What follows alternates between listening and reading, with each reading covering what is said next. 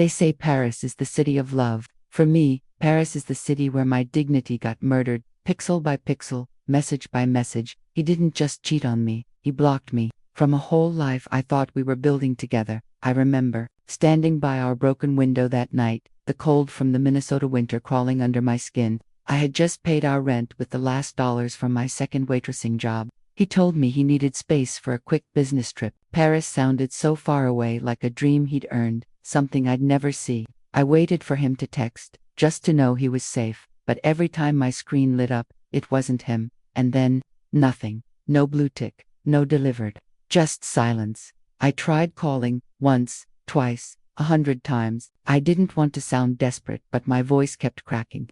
Then the photos started popping up on Facebook.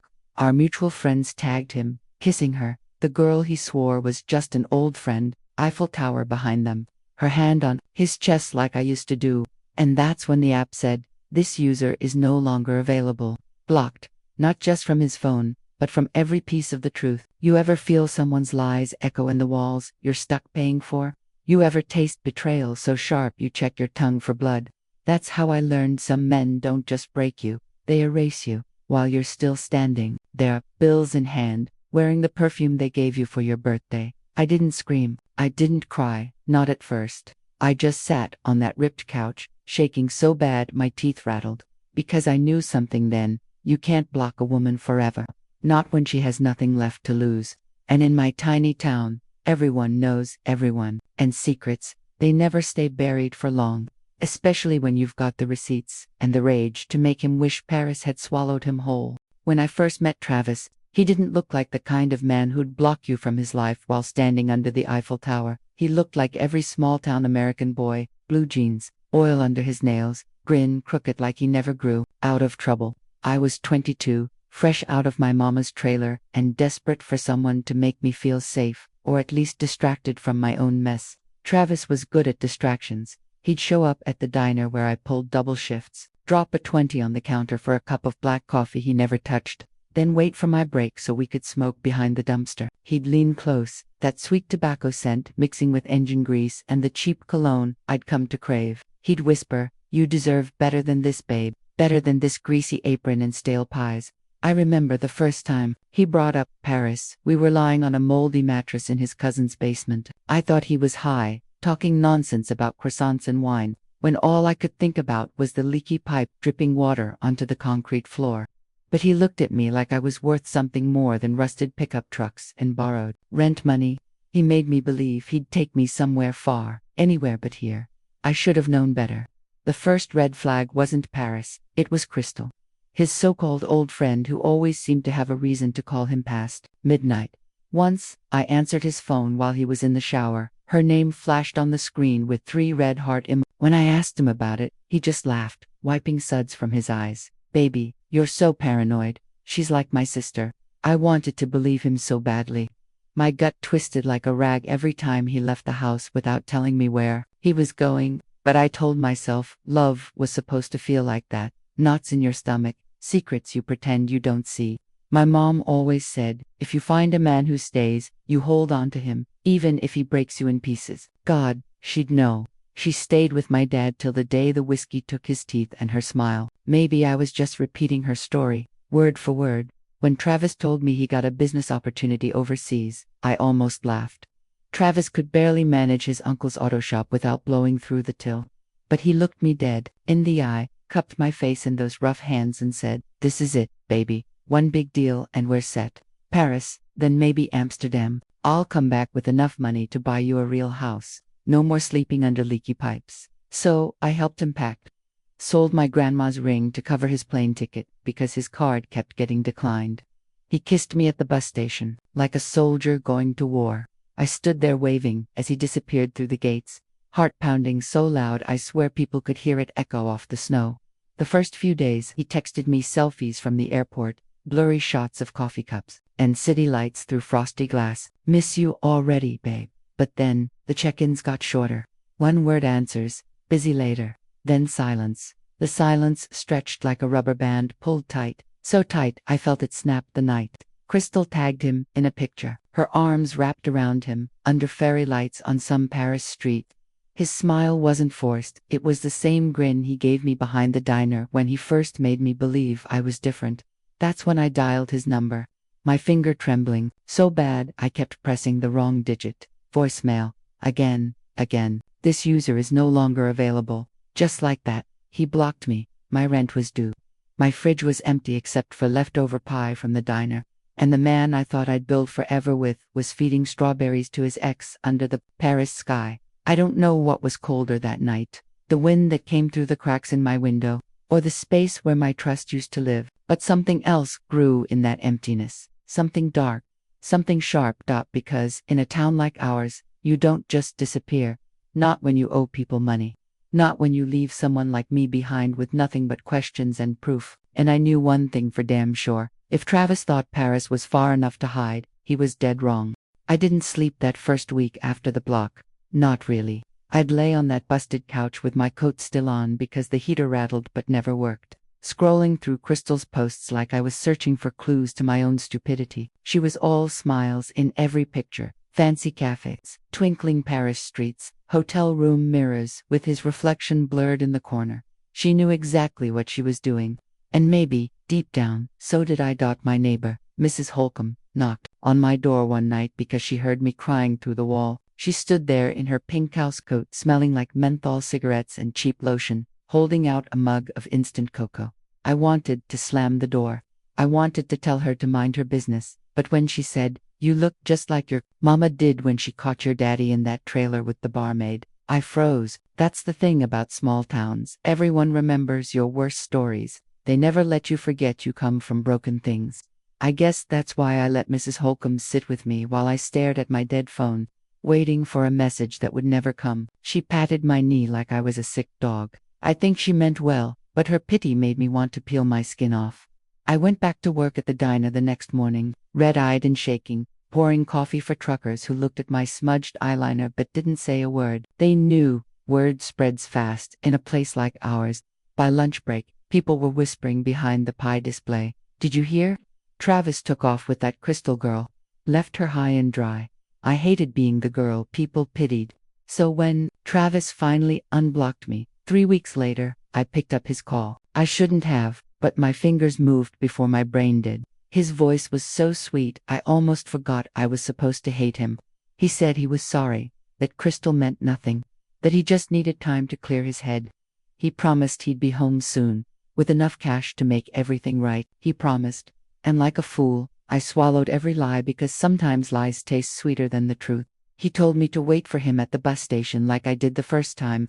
"Wear that red coat I love, baby.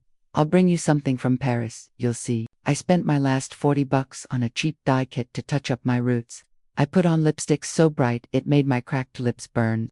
I stood there in that freezing terminal for hours, hugging myself while the bus lights came and went, faces I didn't know stepping off. Never him. He didn't show up. He didn't even call. When I got home, my mailbox was stuffed with final notices. Rent overdue, power bill, water shut-off warning. I sat on the floor, surrounded by envelopes, while my phone buzzed with a new photo notification.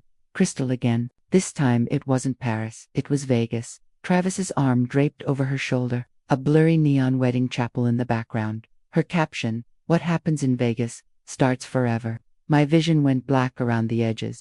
For a second, I thought I'd faint, but something in me snapped instead, a thin, fragile wire that had held my hope together for too damn long. I didn't scream, I didn't cry. I pulled myself up, grabbed the box where I kept every piece of him, receipts, photos, the spare key to his cousin's shop, and spread it out like evidence at a murder trial. Travis thought blocking me would be enough. He thought I'd stay silent, a good little waitress who'd cry herself to sleep while he played house with his ex. But he forgot one thing about girls like me. We know how to survive. And we know how to make people talk. I knew where his mama lived. I knew who fronted him the money for his business trip.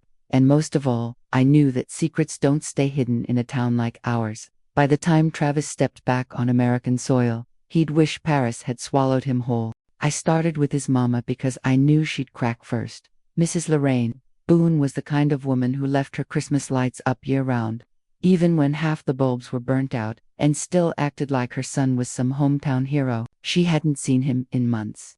But she'd brag at the Piggly Wiggly checkout line about how Travis is making big moves overseas. Just you wait.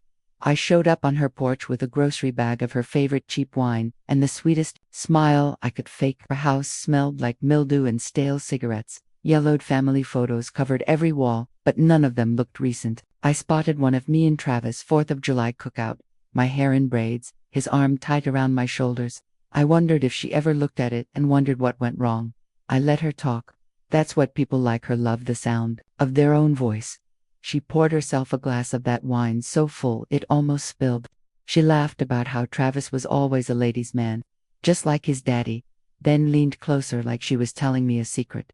Don't you worry, honey, he's gonna come back for you. Crystal don't mean nothin'. You're his real girl. Her words crawled under my skin like worms. She didn't even care. She just liked the idea of Travis being wanted, even if it broke me in two. But somewhere between her second and third glass, her mouth slipped. She mentioned the money. That he'd borrowed cash from old Mr. Wheeler, the mechanic with more rust than teeth, to fund his business trip. I asked how much. She shrugged. Enough to fix up the shop, he said, but I reckon he never did. That was all I needed. I left her house that night feeling dirty, her wine still burning in my gut, but I knew where to go next. Mr. Wheeler's garage was a graveyard of busted trucks and unpaid debts, the kind of place you didn't step into unless you were ready to leave with grease under your fingernails or blood on your boots. I found Wheeler hunched over a Chevy that hadn't run in 10 years. His hands were black with oil, eyes milky with cataracts, but sharp as broken glass when they landed on me. He didn't flinch when I told him who I was. Travis's girl. Ha! Not much of a man, is he? He spit on the concrete, wiped his hands on a rag so dirty it looked like a crime scene. That boy owes me $5,000. Said he'd pay it back double once he made it big in Paris. He snorted. Ain't nobody make it big with a woman on their arm and another back home beggin' for rent money. I asked him if he knew where Travis was now. Wheeler barked out a laugh that rattled in his chest like a bad engine. Darlin', when he comes back, he'll come here first, beggin' for more. Boys like him don't change. They just change who they use. That night, I lay in bed with Wheeler's words echoing in my head. Travis was coming home, broke and desperate. And this time, I wouldn't be the girl crying on the couch. I'd be ready. I started gathering every scrap of dirt I could find, texts, voicemails, bank statements with my name on payments for tickets and hotels I never saw. It was like building a case against a ghost. Every receipt was a nail in his coffin. But the more I dug, the worse it got. Crystal wasn't just his ex. She was part of it, the whole scam. They'd done this before. Oregon, Texas, Florida, little towns, small lives, easy girls like me, the same promises. Travis and Crystal, the golden couple playing house until the money ran dry. I felt sick. I pictured them laughing at me in their hotel bed, scrolling through my desperate texts while they planned their next move.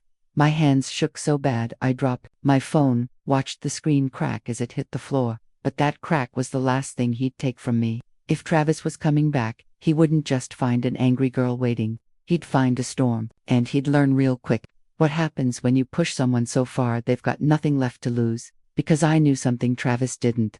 I wasn't the only one he'd screwed over, and I wasn't the only one waiting to settle the score. I started seeing Travis's ghost everywhere, his voice in the hum of the fridge, his footsteps creaking the hallway at night. But it wasn't fear anymore. It was focus. I kept a notebook on the kitchen table, pages torn and greasy from my diner shifts, every name he dropped, every town he'd run from, every lie he'd told. I wrote it all down like scripture. If I was gonna survive him, I needed my own Bible of betrayal.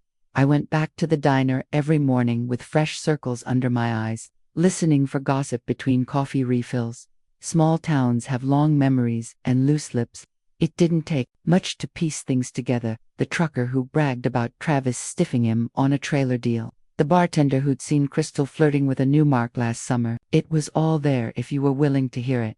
One night after my shift, I knocked on Mrs. Holcomb's door again.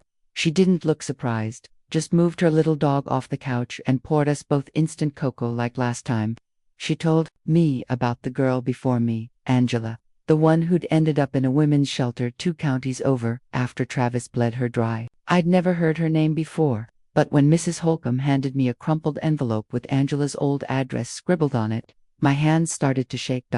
I drove there the next morning in my beat-up Chevy, the heater blasting but not doing a damn thing against the frost on the windshield. The shelter looked like a converted church, half-fallen shingles and faded prayers painted on the walls.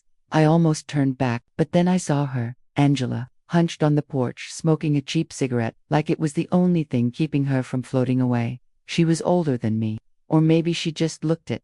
Life can do that to you. When I told her who I was, she laughed so hard she coughed till she spit blood in the snow. Travis Boone. That boy's got 9 lives, and they're all rotten, she rasped, wiping her mouth with her sleeve. She told me how he'd charmed her too, how he'd sold her a dream of California beaches and small business loans, how Crystal played the sweet best friend until the checks bounced and the eviction notice came. When she showed me the scar on her temple, a purple line from where Travis had pushed her into a table when she finally called him out, I felt something inside me burn so hot it could melt the frost right off my car. I asked her if she wanted justice. She snorted. Justice? Ain't no justice for girls like us. But you look mean enough to try. We swapped stories like war veterans. I scribbled every word down, dates, fake business names, the bars they'd scammed. Angela didn't have much left to lose, but she handed me a box of old receipts. Anyway, gas station bills, motel slips, a torn bus ticket with Travis's name, half faded. It felt like holding the bones of something rotten I'd buried inside myself for too long. By the time I left, the sun was setting behind the shelter's broken steeple. I sat in my car, the engine coughing, and stared at my reflection in the cracked rear view. My eyes looked harder than they ever had, like my mama's when she finally tossed my daddy's whiskey bottles out for good. I knew what I had to do. If Travis was on his way back to our tiny town, broke and cocky, thinking I'd crawl back like before he was in for a surprise, I wasn't alone anymore. I had Angela, I had Wheeler, and I had every lie he'd ever told, every dollar he'd ever stolen, stacked like dynamite ready to blow. All I needed was the match. And I knew exactly who could light it. I couldn't sleep that night. I kept picturing Travis stepping off some cheap Greyhound bus, grinning like he still owned me. I imagined him strolling back into our town, pockets empty, head full of sweet talk, ready to spin his next lie. I could almost hear him. Baby, you know I was always coming home to you. But not this time. This time, I had teeth. The next morning, I drove over to Wheeler's garage with the box of receipts Angela gave me. The sky was heavy with snow, clouds, and the back roads looked like something out of a horror movie. Dead cornfields, black ice, nothing but crows for company. Perfect place for a secret to get buried, or dug up. Wheeler was in the back lot, torching a rusted axle, sparks flying into the gray air. He didn't even flinch when I pulled up, just spat a wad of tobacco on the ground and squinted at the box. In my hands, I opened it right there on the hood of my Chevy, papers flapping in the wind like tiny white flags of surrender. But there was no surrender here, just evidence. You really want to take him down? Wheeler asked, his breath curling like smoke. I nodded. He scratched his chin, metal shavings stuck in his beard. Then you're gonna need more than a sob story and some old motel receipts. I bristled at that. The sob story part, but he was right. Proof was one thing. Leverage was another. Wheeler leaned in close, his eyes milky but sharp as nails. You know the Anders brothers, the ones who run the scrapyard out on Mill Creek.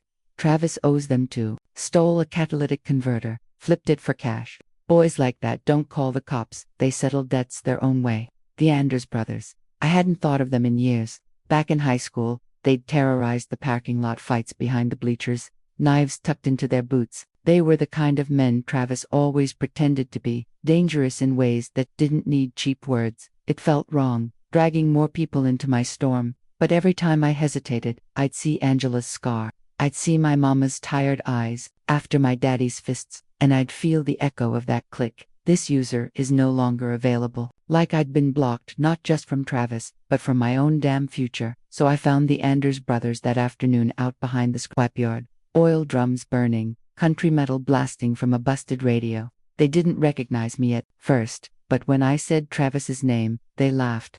A low, cruel sound that made my skin crawl. That punk still breathing? One of them asked, wiping grease from his knuckles. I told them everything. No tears, no shaking, just the truth, laid out like fresh meat. They didn't want money, they wanted a piece of him. And in that moment, I realized I'd become something I never thought I could be. the bait, the girl who sets the trap, the girl who watches the wolf come sniffing, tail wagging, thinking he's safe, until the jaws slam shut. When I left the scrapyard, my hands were trembling on the steering wheel. The sky had turned that sickly purple, snow swirling like ashes. I pulled over by the old church where Angela stayed and just sat there, listening to the wind batter the car. I thought about all the ways this could go wrong, about how Travis always found a way to crawl out of trouble, leaving everyone else bleeding. But then I remembered the look in Angela's eyes when she said, "You look mean enough to try." Maybe I was. Maybe I was mean enough now to finish what I'd started. And maybe, just maybe, this time, Travis Boone would learn that some girls don't get blocked, we get even, because tomorrow, he'd be back in this town. And I'd be waiting with a plan so simple, it'd ruin him from the inside out. I spent that night in my car outside my trailer, engine off to save gas, wrapped in 2 blankets and an old army jacket that still smelled like my dad's cigarettes. The heater hadn't worked in weeks, but I needed to feel that cold, kept me awake, kept me angry. Anger was better than heartbreak. Anger kept you moving. I stared at my phone until dawn, watching the battery drain like blood from an open wound. No calls, no texts, just that last photo of Travis and Crystal in Vegas. Neon lights, burning behind their smug, drunk faces. I imagined them in some cheap honeymoon suite, sheets tangled, my name a joke between their kisses. That was my fuel. By morning I looked half dead, but I didn't care. I parked outside the bus station at 7 a.m. sharp, the same place I'd stood, in my red coat like a fool waiting for him to come back to me. But this time, I wasn't waiting with hope. I was waiting with a plan. The Anders brothers arrived first in an old pickup that rattled like a death threat on wheels. They didn't say much, just nodded, lit cigarettes, and watched the arrivals, bored like wolves watching a flock of lambs. I felt a shiver crawl up my neck when I saw the way they smirked at the bus schedule. There was no going back now. I texted Wheeler once, just one word, today. He didn't reply. He didn't have to tow. He'd spread the word through town. People owed money, people with rumors to feed the gossip train. In a place like ours, it only takes one match to burn down a lie. And I was holding a whole box of them. The bus hissed into the lot at exactly 8:15. I felt my heart slam against my ribs so hard I thought they'd crack. The doors folded open, and there he was, Travis Boone, back from Paris or Vegas or whatever dream he'd sold himself this time. Same old thrift store leather jacket, hair greasy under a beanie, cheap suitcase that looked like it hadn't seen a shower in weeks, and him, all smug grin, like he was gonna charm his way back into my good graces. For a second, just one heartbeat, I saw the boy I fell for behind the diner, leaning against the dumpster with that crooked smile and an empty promise in his mouth. But then he spotted me. His eyes widened just enough to let me see the flicker of panic before he plastered on that fake sweetness. "Baby, you came for me." I didn't answer. I just let him get close enough to smell the lies on his breath, close enough to hear him whisper, "You know I missed you, right? Crystal, that was nothing. I'm here now. We can fix this." I almost laughed in his face, but I kept my voice steady, like ice cracking over deep water. "Got your stuff?" I asked, nodding at his bag. He looked confused. He didn't see the Anders brothers moving behind him, flanking him like wolves circling a deer too stupid to run. Yeah, baby, let's just go home, huh? We can talk there." I stepped back, just enough so he'd feel the space between us like a blade. And then I said it, the words I'd waited months to say, "Home. Travis, you blocked me. Remember?" His smile twitched. His eyes darted to the brothers, to the alley behind the station, to the battered pickup idling with exhaust like dragon's breath. He realized too late he wasn't in Paris anymore. He was in the one place that remembers every debt, every bruised girl, every unpaid dollar. I could see it in his shoulders, that moment when charm runs out and fear takes its place. He tried to grab my wrist. His fingers were cold, clammy, desperate. "Come on, baby, you don't gotta do this." But I did. And the best part? I wasn't the only one, because behind me, a truck door slammed shut, and out stepped someone Travis hadn't seen in years, someone he thought was too broken to ever crawl back into the light. Angela, she stepped forward, her old scar catching the morning sun, and the look in her eyes told me I wasn't the only one ready to collect. Travis Boone was about to learn, you can block a girl on your phone, but you can't block what you owe in the real world, and this was just the beginning. For a heartbeat, no one moved. The cold wind cut through the bus station lot, carrying the scent of diesel and cheap cigarettes, wrapping around us like the ghost of every lie Travis had ever told. I watched his eyes flick from me to Angela, to the Anders brothers behind him, calculating, squirming, that charm dripping off him like grease in the sun. Angela didn't say a word at first. She just looked at him, her eyes dark, thumb tracing the scar on her temple, like she was reminding herself why she was standing here at all. I wondered if he'd even remember her, one more broken girl left behind when the money dried up, but when she spoke, her voice was steady as a prayer. "Hey there, Travis, remember me?" He laughed. A sharp, fake sound that bounced off the concrete walls. "Come on, Angie, this is pathetic. You've dragged her into this." He jerked his chin at me like I was a stray dog she'd picked up. "Baby, you don't know what she's told you. She's crazy. She's always been crazy." Angela took one step closer. The Anders brothers flanked his sides, blocking any escape route. Travis shifted his feet, eyes darting to the street like maybe he'd make a run for it, but I could see it in his face. He knew he'd never get far. I pulled out the folder from my coat pocket, cheap manila, creased from being shoved into my purse 1,000 times. I opened it, letting the wind catch the edges. Receipts, photos, copies of fake checks, screenshots of bank transfers, every lie he'd ever told turned into paper knives. "We know about Oregon, Travis, Texas, Florida, the fake loan for the auto shop, Crystal's accounts." I could see the color drain from his face, that cocky grin slipping like oil off wet asphalt. He tried to grab for the folder, but one of the Anders brothers shoved him back against the bus stop bench so hard the old metal creaked under his weight. His breath came in sharp gasps, eyes wide. "This is blackmail," he hissed, voice raw. "You can't do this to me." Angela let out a cold laugh. "Blackmail, honey, this is justice. Or the closest thing we'll ever get in this shithole town." She spit at his boots. "You ruined my life. You ruined hers. How many more, huh? How many girls back in Paris or Vegas or wherever you crawl to next?" He turned to me then, eyes pleading, all that wolfish pride gone. He reached for my hand, the same hand he'd kissed 1,000 times while whispering lies. "Please, baby, don't do this. You don't understand. They'll kill me. You know they will." I felt something snap inside me, not anger, not hate, just a clean, quiet click. Like a door I'd never walk through again. I leaned in, so close I could smell stale whiskey on his breath. "Then you'd better start praying," I whispered. The Anders brothers didn't say much. They didn't have to. They dragged him to the back lot like he weighed nothing. His protests got swallowed by the roar of an old junker engine starting up, exhaust smoke curling around him like a funeral shroud. Angela and I watched from the curb, the early sun turning the frost on the pavement to slick, dirty water. I half expected to feel something. Triumph, guilt, maybe even relief. But all I felt was hollow, like I'd scraped out every last piece of softness he'd ever fed on.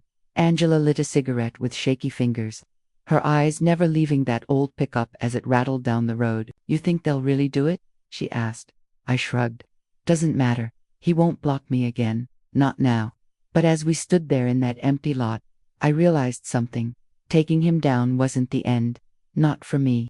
The gossip would spread, the cops might come knocking when the Anders brothers were done. There'd be questions, maybe even trouble. But for the first time in years, the questions didn't scare me, because Travis Boone was out of my life, and I still had a story to tell. And the part that came next. Well, that's what would really make this town remember my name. When the Anders brothers' truck finally disappeared into the distance, the bus lot went quiet again. Just wind and stray paper cups skittering across the asphalt. Angela flicked her cigarette into a puddle, the hiss sounding like the end of something, or maybe the start. We sat in my Chevy for a while, the heater blowing lukewarm air that smelled like burnt plastic. Neither of us spoke. It was strange, this silence. I'd imagined it would feel like victory, him gone. Me free, but freedom is heavier than chains when you've worn them so long. Angela broke the silence first. She leaned her head back, against the torn headdress, her eyes soft but far away. "You think they'll really hurt him?" I gripped the steering wheel. My knuckles were bone white. "I don't know. I don't care." But that wasn't true, not completely. Some sick, leftover piece of me still wondered if he'd feel sorry, if he'd think of my face when the debt collectors closed in, if he'd remember my laugh, my hair on his pillow, My last $20 spent on his ticket to Paris, the ticket to my own ruin. Angela reached over and squeezed my hand. Her fingers were cold, her grip steady. You did what you had to do. We both did. I wanted to believe her. I really did. But small towns talk, and they talk fast.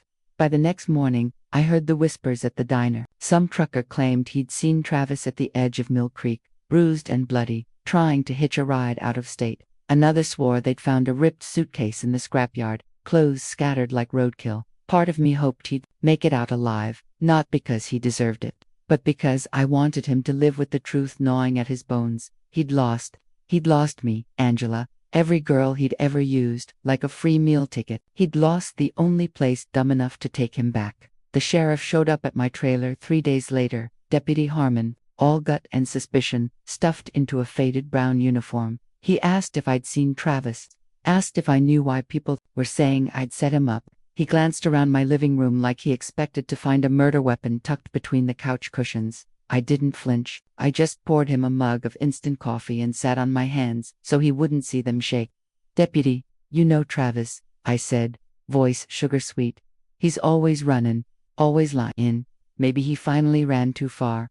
He didn't have proof. Nobody did. The Anders brothers weren't talking. Angela had skipped town, maybe for good this time. And Travis was a ghost, half rumor, half cautionary tale. The sheriff left with a frown and a promise to keep in touch.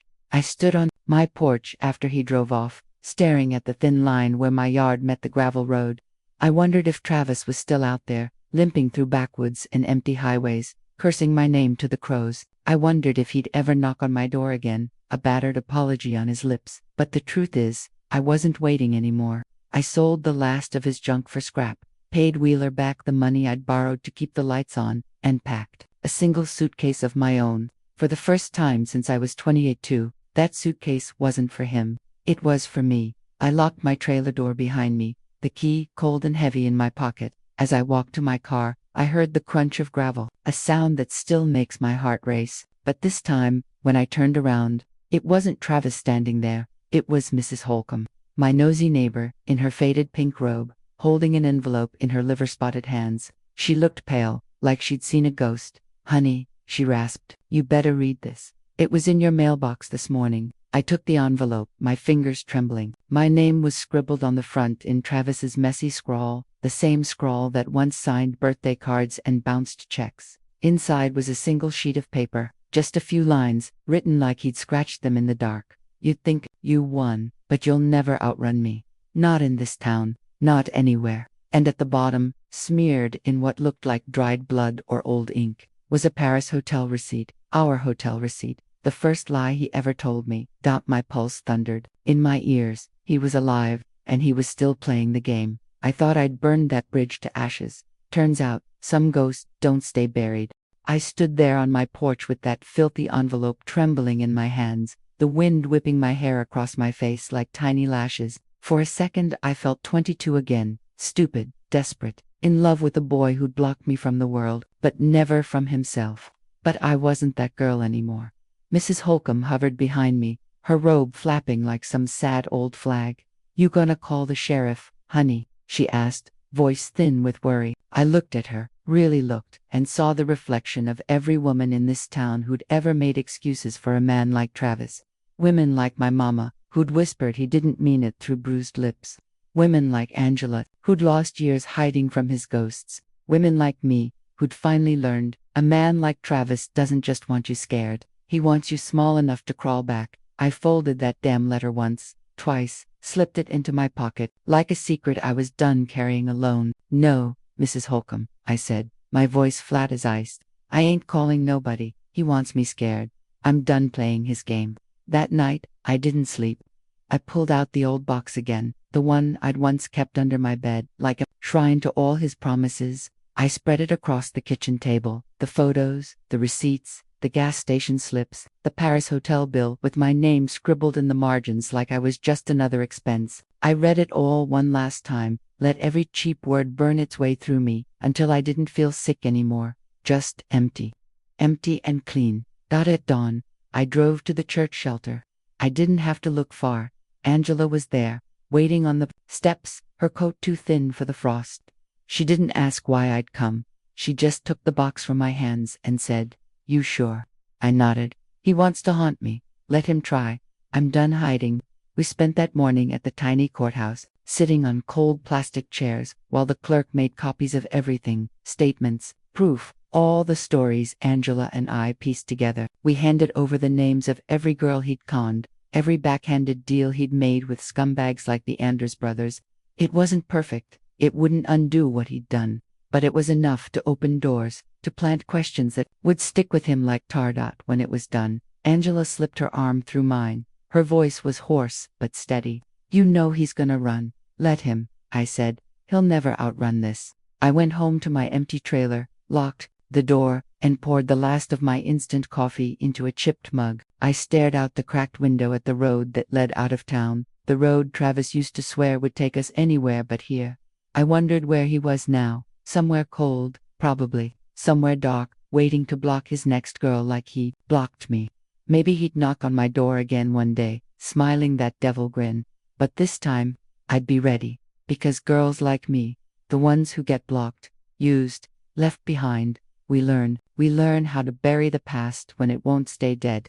We learn how to stand in the ruins and build something that doesn't belong to him anymore. I don't know where Angela went after that. Some say she left for good. Others swear she's still around, watching over every girl who thinks a man like Travis is her only way out. But me, I stayed just long enough to sell the trailer, pay off what debts I could, and pack my own ticket. This time, I didn't wait for someone else to buy it. I bought it myself. A one-way bus out of town. No forwarding address. No more ghosts in my mailbox. Paris can keep its city of love. I'm building my own city now, one where no one blocks me ever again. And if he ever shows his face in my new world, God help him.